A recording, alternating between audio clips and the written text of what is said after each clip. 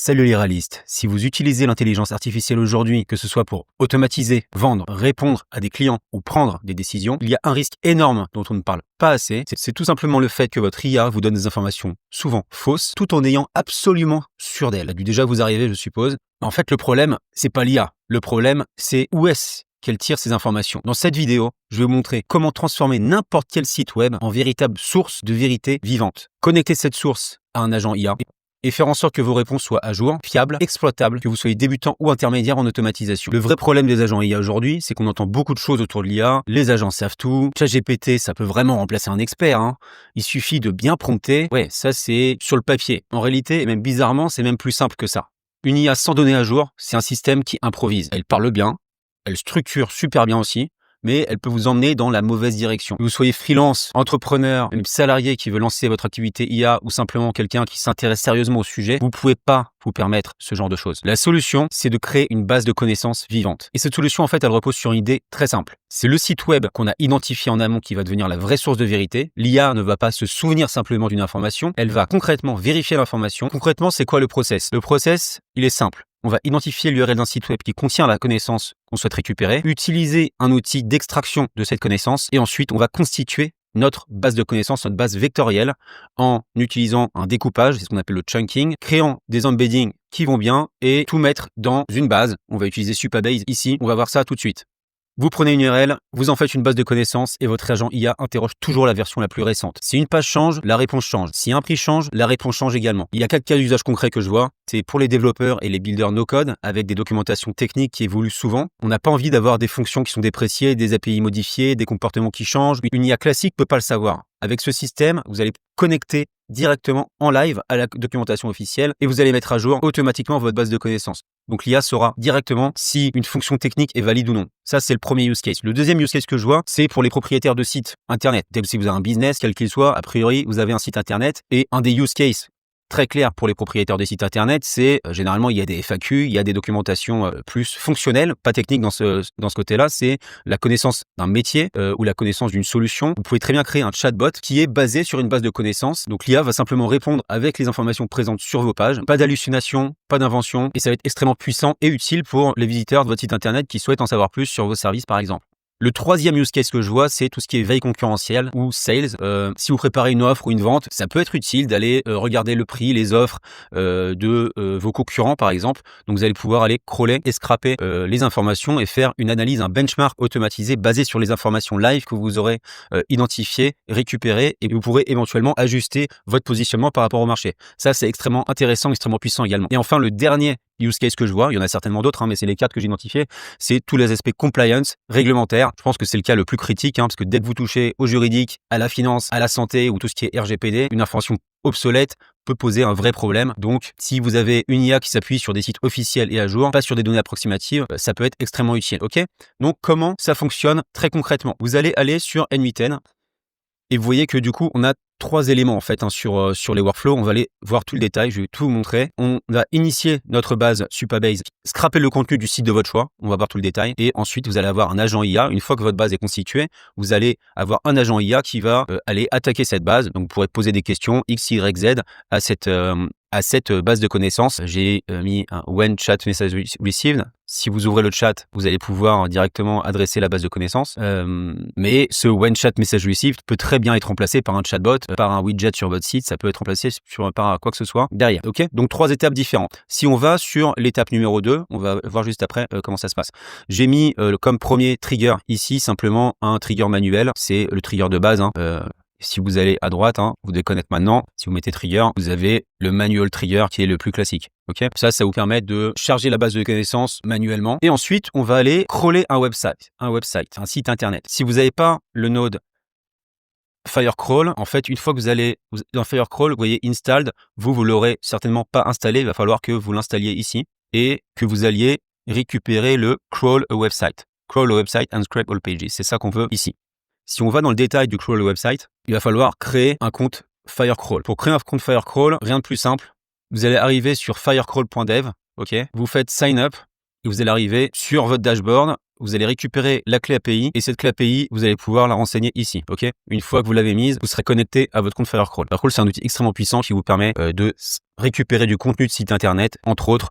Si vous allez dans les ressources ici, vous voyez tout ce que ça peut faire. On peut faire simplement un mapping des pages existantes d'un site internet, etc. Si vous posez la question par ailleurs, quelle est la différence entre le scrapping et le crawling? En fait, quand on parle de scrapping, généralement, on parle de récupérer le contenu d'une page unique. Le crawling, c'est la récupération de toutes les pages d'un site.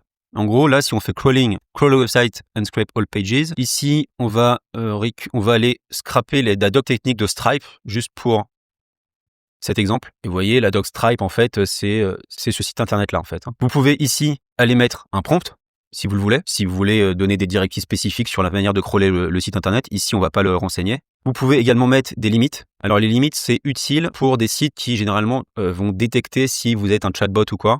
C'est pas mal de mettre un petit délai, 100 millisecondes. Moi, je vais mettre 100 millisecondes. Vous pouvez mettre plus, vous pouvez mettre moins. Mais c'est pas mal de mettre un petit délai tout de même pour qu'en gros, il va crawler une page, attendre le délai donné, crawler la page numéro 2, etc. etc. Là, la limite, c'est à 500 pages. Juste pour l'exemple, je vais mettre à 2. Bon, on va mettre 3 pages, juste pour l'exemple. Et vous pouvez exclure des paths, donc c'est-à-dire des chemins. Si jamais, par exemple, le doc.stripe.com/login, vous n'avez pas envie de scraper cette page-là qui ne sert à rien, vous pouvez très bien renseigner ici, simplement mettre le chemin qui va bien, que vous voulez exclure. Ok, ici on ne doit rien exclure, mais c'est quelque chose qui est faisable. Autre chose qui est faisable, vous pouvez inclure des paths spécifiques, des chemins spécifiques, et vous pouvez aussi aller avoir des options de crawling. Si par exemple, vous pouvez ignorer certaines choses, vous pouvez surtout ajouter des sous-domaines. Donc là, docs.stripe.com est déjà un sous-domaine de stripe.com. Mais ce qui est pas mal avec ça, c'est que si vous ajoutez, vous dites permettre les sous-domaines, ça va aller récupérer toutes les informations de tous les sous-domaines de stripe.com, pas simplement docs.stripe.com. Donc ça, c'est extrêmement utile aussi en fonction de ce que vous voulez faire et du type de use case que vous allez utiliser. Et vous avez aussi des options de scrapping ici. Si vous voulez inclure des tags spécifiques, des headers, mettre un timeout, il y a plusieurs actions que vous pouvez faire. Et vous pouvez aussi aller enlever, dire ok, j'ai pas envie de scraper ou de récupérer les images. Vous pouvez ici l'indiquer. Dans cet exemple-là, on va pas mettre d'option de scrapping spécifique. Et donc là, on va aller exécuter la steps. Vous voyez que en sortie, on a 3 identifiants. Donc, on a l'URL, l'identifiant et on voit que ça vient bien fonctionner. Donc, en fait, là, le scrapping est lancé. Ça fait appel à l'API de Firecrawl. Ensuite, j'ai mis un petit module wait, tout simplement parce que forcément, le scrapping, en fonction du volume, de nombre de pages que vous voulez scraper ou crawler, ça ne va pas se faire en 3 secondes. Il va falloir des fois attendre un peu. Donc, par défaut, là, j'ai mis un temps de 30 secondes d'attente. Vous pouvez mettre plus, vous pouvez mettre moins, en fonction du nombre de pages que vous voulez scroller pour éviter que ça aille boucler. Toute l'idée ici, c'est d'aller faire des boucles, en fait. C'est-à-dire, on lance le crawling du site. Ensuite, on va attendre 30 secondes. On va récupérer ensuite le statut du crawling. Et ensuite, si c'est finito, on passe à la suite du workflow. Si c'est en cours, on reboucle, on réattend 30 secondes, on check le status. Donc, toutes les 30 secondes, ça va aller checker le statut du crawling. Ok. Et donc, le node crawl status, en fait, si vous allez dans Firecrawl, vous allez pouvoir faire un get crawl status ici. Ok. Si vous allez à l'intérieur du node, alors je vais exécuter le wait node juste en attendant. Là, ça va attendre 30 secondes. Donc, pendant qu'il exécute le wait node, en fait, concrètement, récupérer le crawl status. Donc, il va vous demander de vous connecter à votre compte Firecrawl, ressourcer crawling et get crawl status. Donc, c'est assez basique. Et le crawl ID, en fait, correspond à l'identifiant du node crawler website. Donc là, il a fini les 30 secondes. Le node crawler website, du coup, si je retourne dedans, le node crawler website, vous voyez que cet identifiant-là, c'est celui-là qu'on va récupérer. Ok. Donc là, si j'exécute, on voit que là, il a bien complété. Donc on a un items, mais on a bien 3 pages qui ont été scrappées. Donc c'est le fameux 3 qu'on a mis au début, si vous vous souvenez. Et on a du coup dans data, c'est une array, en fait si on se met en JSON, on verra mieux. On a dans data 3 fichiers markdown et chaque fichier markdown correspond à chaque page scrollée, scrappée. Ok. Donc si vous allez scraper 1000 pages, vous aurez 1000 items ici. On a les metadata, etc., etc. Ok. Par ailleurs, donc une fois que ça c'est fait, l'idée c'est de faire un switch et de dire ok, est-ce que c'est en cours, est-ce que c'est fini, et si c'est fini, on va aller justement alimenter notre base de connaissances, Supabase, on va voir ça juste après. Donc là, je fais OK. Si je zoome un peu, on voit que c'est toujours en cours, qu'il n'a pas fini. Et donc là, c'est bon. Donc là, on voit que c'est bien finito. Et ensuite, l'idée, c'est de faire un split out. Comme on a plusieurs items, là, l'idée, ça va être de séparer les données. En fait, si vous voyez dans Data ici, donc comme on a vu tout à l'heure, on a plusieurs fichiers Markdown. Vous voyez, vous devez le voir, là, un Markdown, 2 Markdown, Donc ça, c'est la deuxième page. Et en théorie, il y a le troisième. J'aurais peut-être dû faire un test avec 2 simplement, juste pour la démo. Mais bon, je pense 3. J'aime bien ce petit chiffre 3. Et 3 markdown, ok? Donc là, on a le troisième. Blablabla. Bref, du coup, on a 3. Si vous mettez sur schéma, vous verrez mieux ça. Si vous mettez sur schéma, vous allez voir simplement dans la matrice qu'il y a bien data 0, data 1, data 2. Ça veut dire qu'il y a bien 3 pages qui ont été scrappées, ok? Donc là, toute l'idée du split out, en fait, c'est de séparer ça en 3. Pour faire ça, en fait, on fait data.data parce que au sein de l'arrêt data, on a envie d'extraire les champs data. Donc, si vous faites data.data et vous exécutez, on va avoir bien le markdown de chacun. Alors, ce qui peut être pas mal d'ailleurs, c'est d'aller inclure. Et donc là, si vous voyez, on avait un item en entrée et le split out nous permet d'avoir 3 items en sortie. Ok? Donc là, si on regarde, on a bien le markdown numéro 1. Au passage, pour info, quand vous allez dans Crawl Status, je suis pas sûr que j'ai mentionné, mais vous avez bien le statut completed ici. C'est ici que vous voyez que le statut est bien complet. Et c'est basé sur ce statut-là qu'on a fait un switch derrière. Le switch là, tu dis si en gros le statut est égal à scrapping, tu dis que c'est en cours. Si le statut, donc c'est la donnée status ici, est égal à completed, bah tu mets finito. Je me suis un peu fait plaisir. Ok? Ça, c'est pour info. Je vais aller pin certaines infos là parce que j'ai pas envie qu'il réexécute à chaque fois tout le truc. Ok. Et après, l'idée, c'est de faire un edit field. Pourquoi? Pour aller catégoriser les données de manière un peu plus clean et savoir de quoi on parle pour que dans la base de connaissances, le document soit propre et que justement, quand l'IA va aller adresser cette base de connaissances, il sache quelles informations correspondent à quelle catégorie, par exemple, ou choses comme ça. Ok. En gros, ça permet à l'IA de se repérer plus facilement. Et c'est aussi d'ailleurs pour ça qu'on utilise la donnée Markdown, parce que l'IA comprend beaucoup mieux tous les formats Markdown. En fait, là, l'idée, c'est de dire, on va faire un manual mapping. Donc là, edit field, le node edit field, vous savez, mais vous faites edit field, edit, et vous allez sur edit field ici. Ok. Ça permet soit de faire des mappings de champs, ça permet de créer de nouveaux champs basés sur des champs précédents, ça permet de faire beaucoup de choses comme ça. Et c'est exactement ça qu'on va faire là. Là, on va simplement créer un champ que j'ai appelé data et qui va être en gros la concaténation du titre, de la description et du markdown justement. Donc en gros, je récupère le markdown et je récupère la donnée titre et description qui sont quelque part par là. Markdown, c'est dans les metadata. Dans les méta, on a non, c'est Twitter description, ça. Ok, on a la description ici. Donc, on voit Explore our guides and examples to integrate Stripe. Ok, donc là, on sait à peu près quelle est la description de la page. On a l'URL. Ok, donc là, on sait qu'il a scrappé docs.stripe.com pour info. On va pas récupérer cette info. Et le title est juste là, Stripe Documentation. Ok, donc là, encore une fois, on a scrappé 3 pages stripe.docs.stripe.com. Mais quand vous allez avoir des centaines de pages potentiellement, le fait d'avoir le titre, la description de la page va être extrêmement important dans la constitution et la constitution de votre base, ok? Donc là, si j'exécute cette step, c'est parfait, on a 3 items en sortie et du coup, on a bien Stripe Documentation, Explore our guides and example to integrate et ensuite tout le fichier Markdown qu'on a vu précédemment. Pour information, en sortie, là on est en JSON, il met des /n, ça c'est juste l'indicateur qui permet, qui signifie qu'il y a on revient à la ligne en fait. Concrètement, c'est comme ça que c'est le format JSON pour dire on revient à la ligne. Ok, donc une fois qu'on a ça, l'idée ça va être de constituer notre base Supabase et c'est là que c'est intéressant. Surtout que je vous ai bien mâché le travail. Donc, avant d'aller plus loin, vous allez vous connecter sur supabase.com, créer un compte. Si vous n'avez pas déjà de compte, mais si vous avez un compte, vous allez créer un nouveau projet. Moi, j'ai appelé le projet Firecrawl. Vous attribuez un mot de passe. Si vous êtes en Europe, vous mettez Europe. Si vous êtes autre part, vous pouvez mettre autre chose. Vous allez créer un nouveau projet. Donc là, on est au sein du projet Firecrawl. Si vous ne connaissez pas Supabase, en gros, ça vous permet de gérer des tables, des bases de données, de gérer même des authentifications si vous avez un SaaS. Vous pouvez faire beaucoup de choses. Là, on va vraiment l'utiliser en mode base de connaissances. Donc, autrement dit, vous allez avoir des tables. Dans ces tables, vous allez avoir des champs et vous allez notamment avoir toutes les informations du site qu'on a scrappé, avec toutes les pages qu'on a scrappées. Ok. Donc, si vous allez dans Table Editor, pour l'instant, on n'a aucune table, mais toute l'idée, ça va être d'aller créer ces tables. Je vous ai mâché le travail parce que vous allez pouvoir initialiser votre base Supabase directement ici. Avant de faire ça, je vais déjà vous montrer comment récupérer les différents identifiants. Donc, si vous allez dans Firecrawl, en fait, là, on va vouloir créer un nouvel identifiant Supabase. Donc là, je vais l'appeler Supabase Firecrawl, par exemple. Là, l'idée, c'est de récupérer le host et le service role secret. Comment on fait ça? Vous allez dans votre projet que vous venez de créer, vous allez dans les project settings, et là, vous voyez que vous avez le project name, le project ID. Comment vous allez pouvoir connecter votre Supabase à votre N8N? Vous allez simplement cliquer sur Connect ici. Donc, une fois que vous êtes connecté, donc vous êtes sur Connection String ici. Il faut bien s'assurer qu'il y ait Direct Connection de mentionner ici. Et ensuite, vous allez checker les paramètres. Donc là, vous allez copier le host, le mettre ici, et vous allez ensuite. Donc, vous voyez que vous avez aussi besoin d'une Service Role Secret Key, en fait. Pour faire ça, vous allez aller dans les Project Settings, dans API Keys. Une fois que vous êtes là, vous allez dans Legacy Unknown Service Role API Keys. Et ici, le Service Role Secret, c'est cette clé-là. Donc là, vous faites Reveal, vous copiez-coller. Ok, bon, je vais pas vous montrer la secret key, mais en gros, vous faites Reveal, vous copiez, vous revenez ici, vous collez et ça va marcher. Ok, moi, je vais le faire de mon côté. On se retrouve juste après. Donc là, c'est bon, vous avez votre secret key, vous save. Ouais, je vous ai dit une petite bêtise. Le host, ça va être db.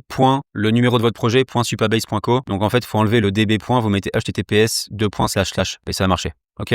Donc là, vous avez quelque chose qui ressemble à ça. Et la service role secret, on est bon. Donc là, on a notre connexion Supabase qui est effectuée. Top. Avant de faire quoi que ce soit avec Supabase, on va faire le setup de notre base.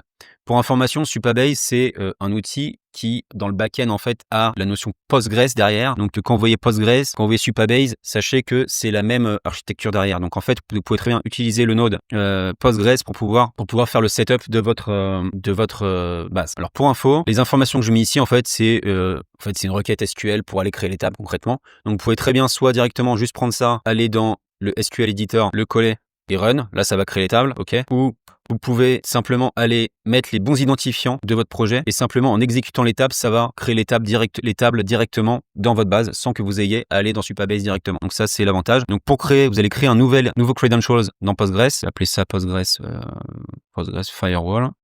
Firecrawl. Putain, j'ai du mal avec Fire. OK. Pour le host, je vais vous montrer comment on récupère ça. Donc vous allez revenir dans Supabase, recliquer sur Connect. Là, au lieu de dire méthode Direct Connection, vous allez mettre Session Pooler, View Parameter. Du coup, il va falloir récupérer le host, Database User. OK. Donc là, copier le host, Database User. Et le password là, c'est le mot de passe de votre database. Donc c'est le mot de passe que vous avez créé à la création de votre projet, si vous vous souvenez. Donc c'est ça qu'il faut mettre là. Si vous vous souvenez pas, vous pouvez très bien faire un reset du password de votre database pour en créer un nouveau. Donc avant de vous connecter, donc vous mettez le password, il faut bien mettre Ignore SSL Issues, OK? Très important. Par défaut, le port c'est 5432 et je crois que c'est celui qu'on a. C'est celui qu'on a ici. Vous voyez que c'est exactement le même. Donc une fois que vous avez le bon port, vous faites save. Ça crée une table en fait. Ça crée la table document et ça crée une fonction qui s'appelle match document qui permet justement de faire le lien entre les différents documents qui ont été scrappés. Une fois que vous exécutez ça, donc là, ça a bien été exécuté. Si vous revenez du côté de votre base, en théorie, ça a dû créer la table document. Voilà. Donc, ça a bien créé la table document avec l'identifiant, le contenu, les métadatas, les embeddings. OK? Very good. Très bien. Donc, maintenant que la table a été créée, c'est le moment d'aller scraper ces fameux items. Donc, on voit que les items, ils sont ici. Maintenant, on va pouvoir simplement aller faire tourner ça. Alors, pour information, la base Supabase, donc là, normalement, vous avez déjà connecté votre base Supabase, c'est une vector store. Donc, en gros, si vous allez Supabase Vector Store ici, c'est ce node-là, OK? Ce node-là, il est connecté à un LLM. Là, je vous recommande d'utiliser OpenAI. Connecter compte OpenAI si c'est pas fait. Vous pouvez utiliser le modèle Text Embedding 3 Small qui est pas mal pour ce use case. Et ensuite, vous allez devoir également lui indiquer comment segmenter les différentes informations. Donc là, on lui dit en gros ici dans le default data loader de faire un text splitting customisé, donc personnalisé, OK? Sinon, par défaut, je crois qu'il fait des chunks de 1000. Les chunks, c'est des morceaux. En fait, en gros, chaque page, il va les couper en plusieurs morceaux. Il va faire des overlaps entre chaque morceau. Il va traduire ça en vecteur. Et donc, en gros, c'est ça une base vectorielle. C'est comme ça que un RAG fonctionne et c'est comme ça que vous allez pouvoir interroger votre base de connaissances de manière efficace. Donc là, le défaut data loader, pour info, hein, il est fait naturellement. Hein, si vous n'avez pas le défaut data loader, si vous cliquez sur le plus, vous allez arriver directement sur ce node-là. OK. Et ensuite, il va vous demander quel text splitter tu souhaites prendre. Donc le text splitter, ça va être, on va dire, on fait des morceaux de 3000 caractères, on fait un overlap de 100 et on split en markdown. OK? C'est un peu la logique qu'on a ici. Vous pouvez utiliser des logiques différentes si vous le souhaitez, mais pour ce use case-là, d'expérience, ça marche plutôt pas mal. Donc une fois qu'on a ça, on peut exécuter la base Supabase. Santé, messieurs, dames, petit café de Colombie, la classique. OK. Donc maintenant, il a fait. On voit qu'il est passé 3 fois. Donc là, si on va dans notre base, en théorie, il a dû charger quelque chose. Donc, on a tout le contenu avec les métadatas et il a tout traduit en vecteur. OK? Donc, ça, c'est notre base de connaissances. Donc là, la base, elle est pas extrêmement grande. On a 42 lignes. OK? Vous voyez d'ailleurs le nombre de lignes directement ici. Donc, en fait, 42 lignes, ça veut dire 42 chunks de 3000 caractères. OK? Ce qui fait donc 42 fois 3000. Je vous laisse faire le calcul. Ça correspond au volume total des 3 pages scrappées. OK? Vous en aurez forcément beaucoup plus si vous scrapez 100 pages. Et donc, toute l'idée là maintenant, ça va être de passer à l'agent IA, mes amis. OK? L'agent IA, c'est quoi? C'est assez basique en fait. Hein. Vous allez simplement faire un AI Agent, hein, vous devez connaître. Hein. Vous êtes des experts. Vous cliquez sur AI Agent. Il va automatiquement vous mettre le chat received et l'AI Agent. En gros, derrière, ça va vous permettre de lui dire hello, peux-tu me donner la meilleure façon de créer une facture sur Stripe, par exemple? Parce que là, on a scrappé le site Stripe. OK?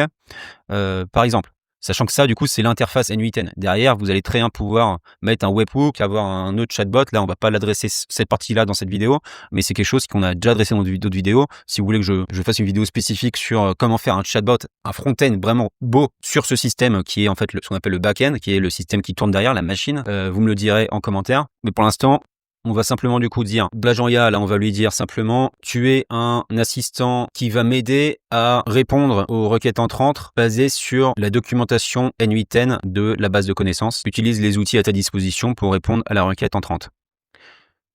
Ok, on peut faire un truc comme ça. Je vais pas exécuter pour l'instant, je vais juste vous montrer ce qu'il y a derrière. En fait, un agent IA, comme vous le savez, il y a un chat modèle, une mémoire et des outils. Quand on fait un RAG, en gros, l'idée c'est d'utiliser un modèle. Tu utilisais quoi comme modèle OpenAI là-dessus? GPT-5 mini, ça fait le taf, il est assez rapide. Vous n'avez pas envie d'un modèle qui soit trop long, hein. Vous voulez quand même qu'il réponde assez rapidement. Si ça tourne 40 heures, c'est un peu chiant. Pardonnez mon langage. Vous allez y avoir une mémoire. Là, ce qui est pas mal, c'est vu qu'on a déjà, une base Supabase basée sur Postgres, ça fait du sens d'avoir une mémoire Postgres ici. Sinon, vous pouvez très bien simplement dire, je vais utiliser la mémoire de base de l'agent IA, hein, pour information. Si je supprime ça et je fais plus, vous voyez un peu, vous avez la simple memory. Donc ça, c'est la mémoire classique N8N, qui est pas la plus, qui permet pas des choses très complexes, mais qui est utile. L'avantage d'attacher ça à une base Postgres, c'est que on va pouvoir créer une table dans notre base de connaissances qui va lister tous les échanges, l'historique en fait des chats, de notre interaction avec le chatbot ou avec cet agent IA. Donc ça, c'est l'avantage. Donc ça, si je vais dans Postgres, donc je le connecte bien au bon agent et je lui dis, tu vas me créer la table histo chat stripe et je te mets donc ça, c'est la longueur de contexte. En gros, ça veut dire qu'il va prendre les précédents échanges. Là, je vais mettre 10, parce que 5, c'est quand même un peu léger. Ok, donc là, il aura les 10 précédents échanges comme mémoire, ce qui permettra d'avoir un flux de conversation un peu fluide. Et ensuite, les tools. Quand vous cliquez sur Tool ici, vous allez attacher justement la base Supabase. Et ça, justement, ça veut dire que l'agent IA pourra se servir de la base Supabase pour répondre à la requête entrante. C'est tout l'idée. Ok, donc là, vous allez Supabase Vector Store. Utilise cet outil pour me donner des informations à jour concernant la documentation Stripe. Permet d'accéder à une base de connaissances qui contient des informations à jour concernant la documentation Stripe. C'est peut-être un peu plus précis de dire ça. Donc là, vous connectez bien à votre bonne connexion Supabase Firecrawl. Vous avez une description, notre table name, donc ça va prendre comme référence la table documents, qui est cette table ici, ok, donc qui contient toutes nos données, donc c'est top. On peut inclure des limites si on veut. On va laisser à 4 pour cette démo. Et pareil, il y a des embeddings aussi, hein. Dès qu'on a une base vectorielle, il faut bien dire, en gros, les embeddings qui ont été utilisés, c'est le embedding 3 small. Ok, ça permet de lire. Alors là, c'est quand même intéressant que les embeddings qui ont été utilisés pour constituer la base soient les mêmes qui sont utilisés pour adresser la base, ok, pour garder de la cohérence. Ça me paraît important. Je parle comme un politicien. Putain, faut que j'arrête. Donc, je fais un petit save. Et en théorie, du coup, si je lui pose une question, il va me dire quelque chose. Bonjour mon ami, j'aimerais que tu me dises si tu as dans ta base l'information suivante. J'aimerais que tu me dises comment je peux créer une facture sur Stripe. Sachant que j'ai juste scrappé 3 pages, c'est pas certain que dans les pages scrappées, il y ait les informations. Donc là, on voit qu'il utilise Postgres, qui va attaquer la base. Je vais augmenter un peu le truc là. Donc là, il identifie les vecteurs à prendre en compte pour répondre à ma demande. Parfait. Donc là, résumé des étapes principales, créer un client, ajouter des lignes facture item, invoice item, ou utiliser des prix produits existants, créer la facture en associant le client, finaliser la facture selon le mode de collecte, envoyer la facture, bam, bam, bam. Donc là, il donne pas mal de choses. Donc là, vous voyez que la réponse est assez longue. Si jamais la réponse est trop longue, précisez dans votre système message. Vous pouvez très bien dire, les réponses doivent être précises mais succinctes. Le niveau de détail doit être utile et pragmatique pour l'utilisateur qui pose la question, mais il ne faut pas surcharger l'utilisateur d'informations inutiles. Il faut donc que tu analyses les éléments qui permettent de répondre à la question et que tu réponds de manière la plus synthétique possible. Synthétique et exhaustif sont les maîtres mots de ce système. Donc évidemment, ça c'est un prompt un peu pourri. Ce qui serait pas mal, c'est de faire CTRL-C, d'aller dans Claude.ai ou d'aller dans ChatGPT et dire reformule-moi ce prompt pour qu'il soit le plus compréhensible possible par un agent IA et il vous sortira un prompt encore mieux. Ok, je vais pas le faire ici, mais ça c'est assez classique. L'idée c'est de vous montrer un peu le système RAG ici. Mais vous voyez le principe, quoi. Ça fonctionne plutôt bien. Et donc là, dernière chose, si vous allez dans votre base Firebase Supabase, j'ai un peu du mal. Vous voyez qu'il a créé un historique chat Stripe. Et donc, si vous cliquez dessus, vous avez l'historique des 2 échanges. Donc là, il y a eu la question human et la réponse AI. Ok. Donc voilà pour cette vidéo. J'espère que ça vous a été utile. Si vous voulez que je creuse un cas précis ou que je vous montre des workflows plus orientés business basés sur du RAG, dites-moi ça en commentaire. On va reprendre les publications de manière un peu plus régulière. Merci en tout cas de votre fidélité, ça fait plaisir.